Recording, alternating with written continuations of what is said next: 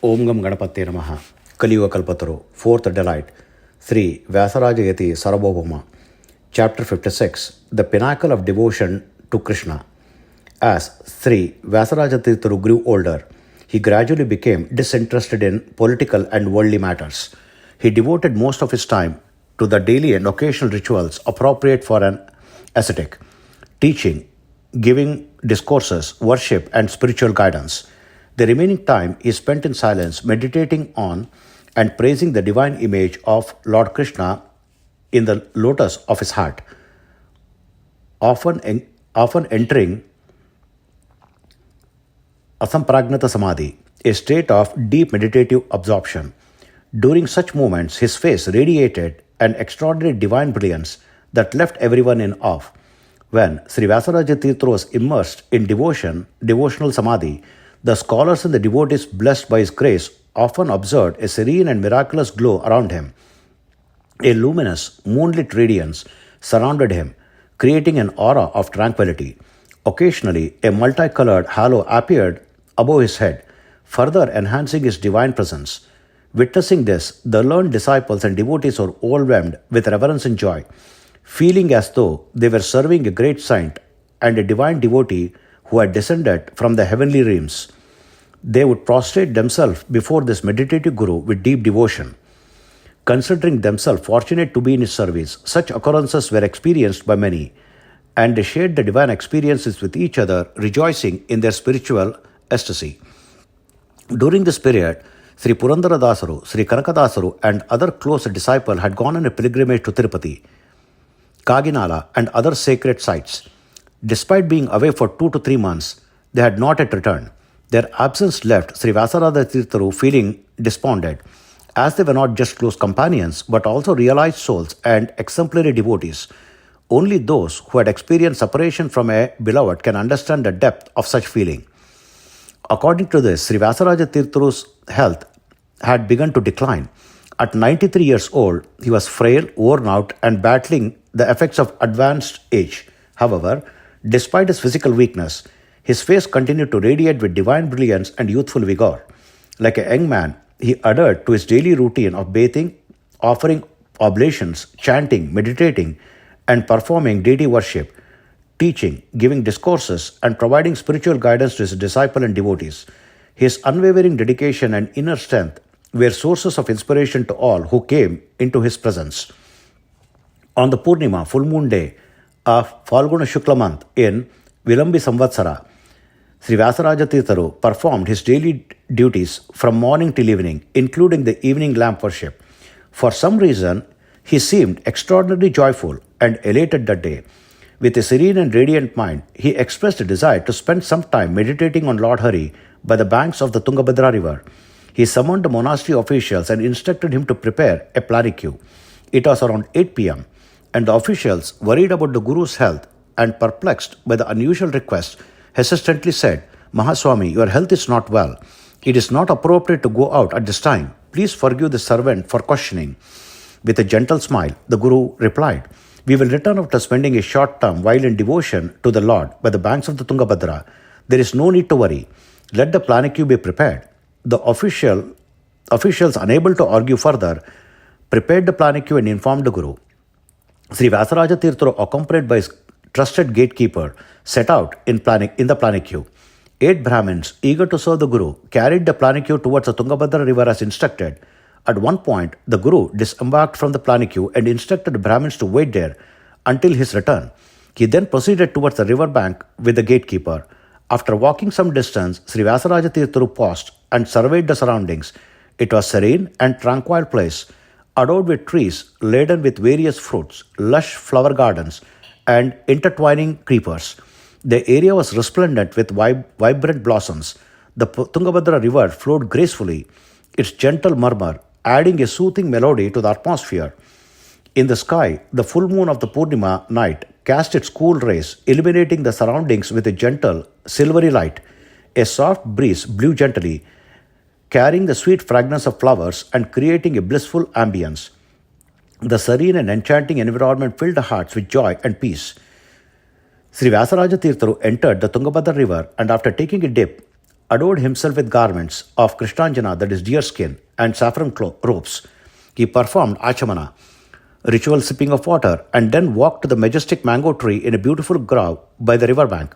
The tree stood near a moonlit Chandrasila platform, that is a stone altar. The gatekeeper spread Krishnanjana and a black cloth on the platform, and after seeking the Guru's permission, returned to the spot where the Planiki waited. Sri Vyasaraja Tirtha, now seated on the platform, surveyed the serene surrounding once more. At that moment, the sight before Sri Vyasaraja Tirtha reminded him of Vrindavana, the divine playground of the Lord Krishna's pastime.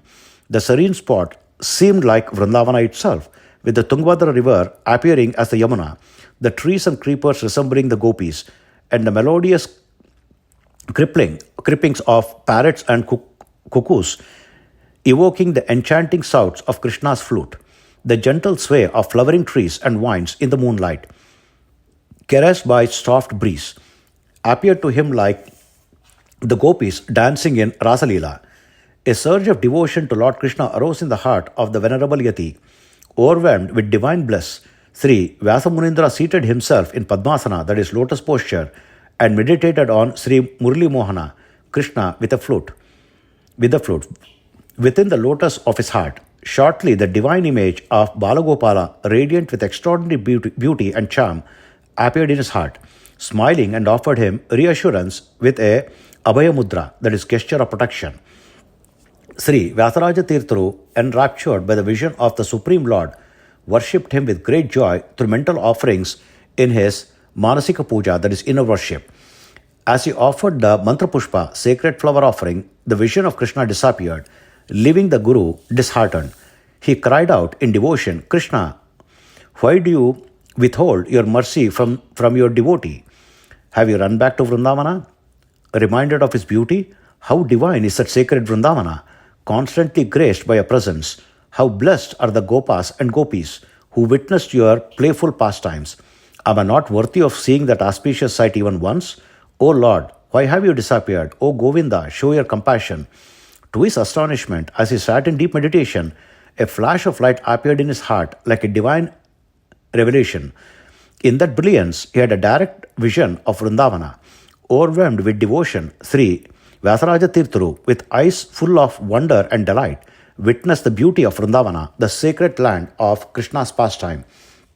What he saw in his heart was indescribably enchanting. Trees, heavy with fruit, bent gracefully under their weight. The joyful songs of parrots and cuckoos, along with the humming of bees, seemed like paradise offered to Krishna, seemed like praises offered to Krishna. He saw bees circling above Krishna, showering flowers as though in worship. Peacocks danced in ecstatic abandon, as if welcoming the son of Nanda with their vibrant plumage. Hearing the divine melody of Krishna's flute, the Yamuna river flowed gently, seemingly lost in bliss, her waves caressing the lotus flowers. Swans immersed in Krishna's meditation rested serenely on the lotuses, like great sages absorbed in contemplation. The moonlight, radiant like the brilliance of Krishna's toenails, filled the surroundings with purity and joy, while chakora birds, intoxicated by the sight, gazed the moon in meditative ecstasy. Sri Vyasaraja Tirtha saw the countless gopis, cows, and calves, all captivated by Krishna's enchanting beauty. The gopis, with unblinking eyes, feasted on the divine sight of the young Krishna as he played among them. They were so mesmerized by Krishna's beauty that they forgot their calves, while the cows gazed lovingly at Krishna, overcome with motherly affection. The Guru's body thrilled with joy as he beheld young cowherds, boys holding up lotus leaves like parasols to shield Krishna.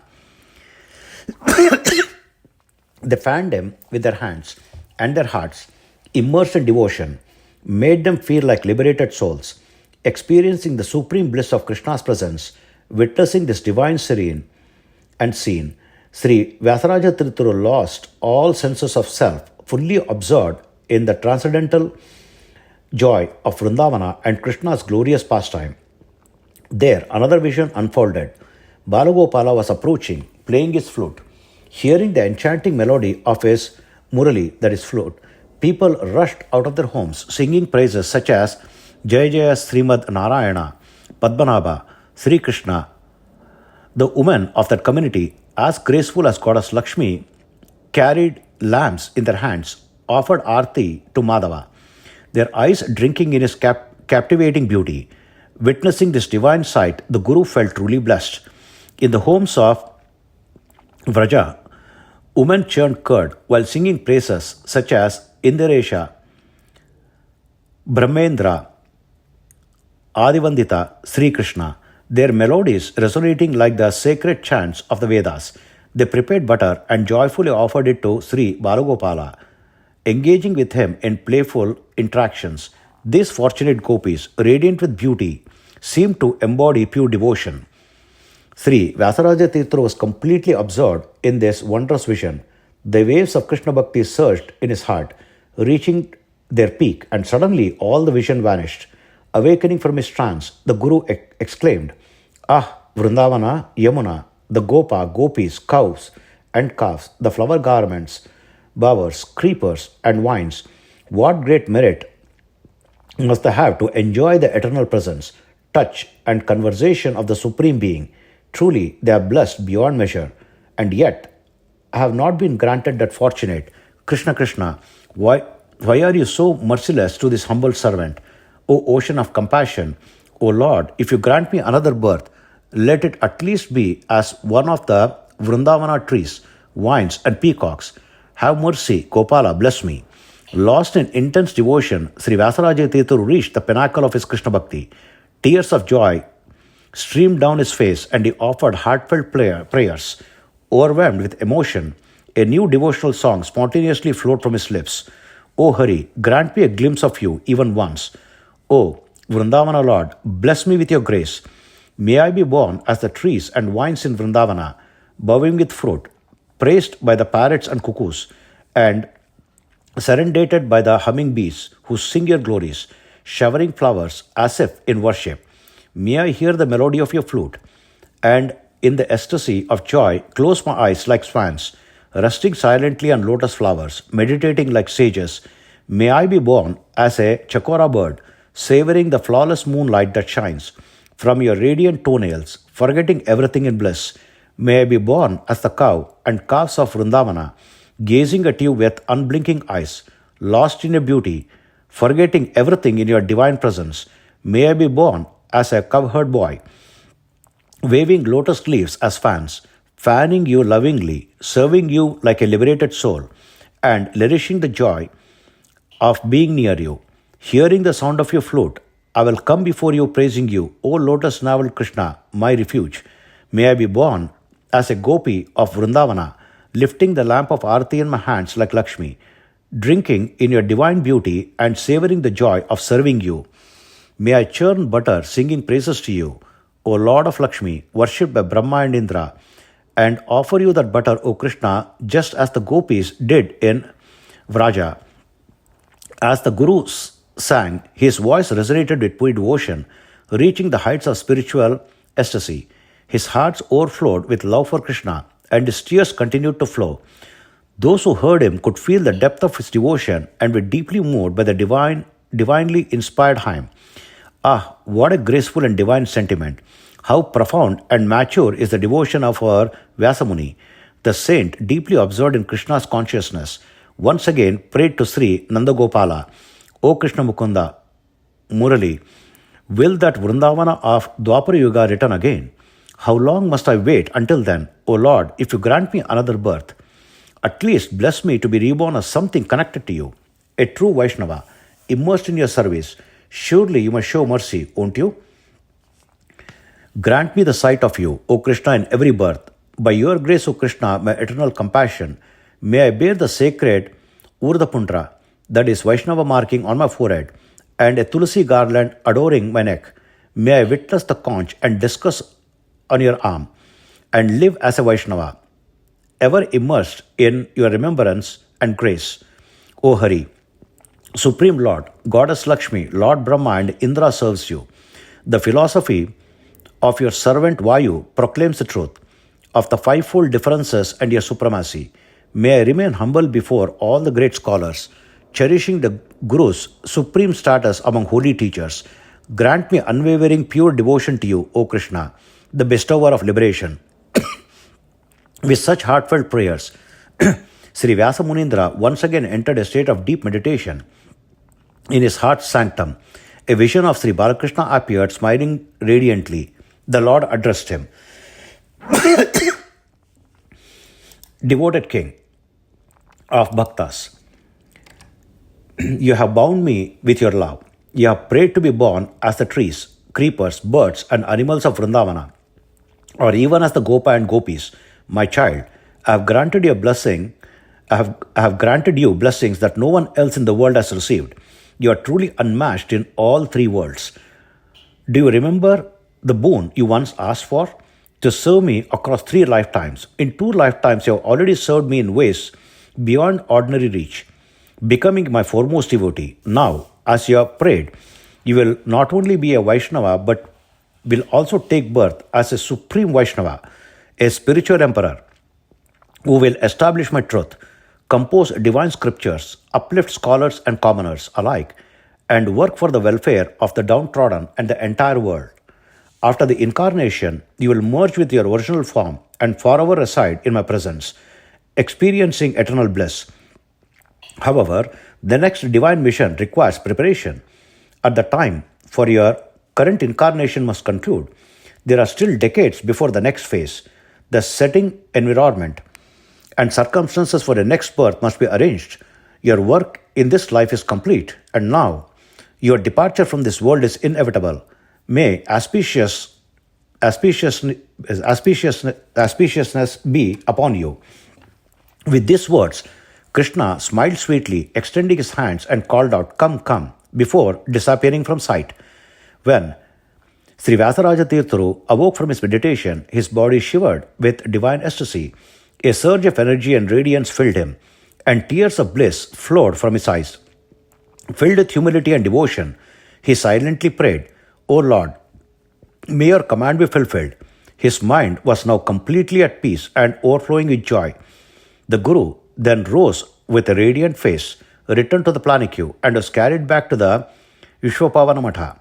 There, with a serene expression, he rested, his heart full of divine contentment and readiness for the next chapter of his eternal service to Lord Krishna.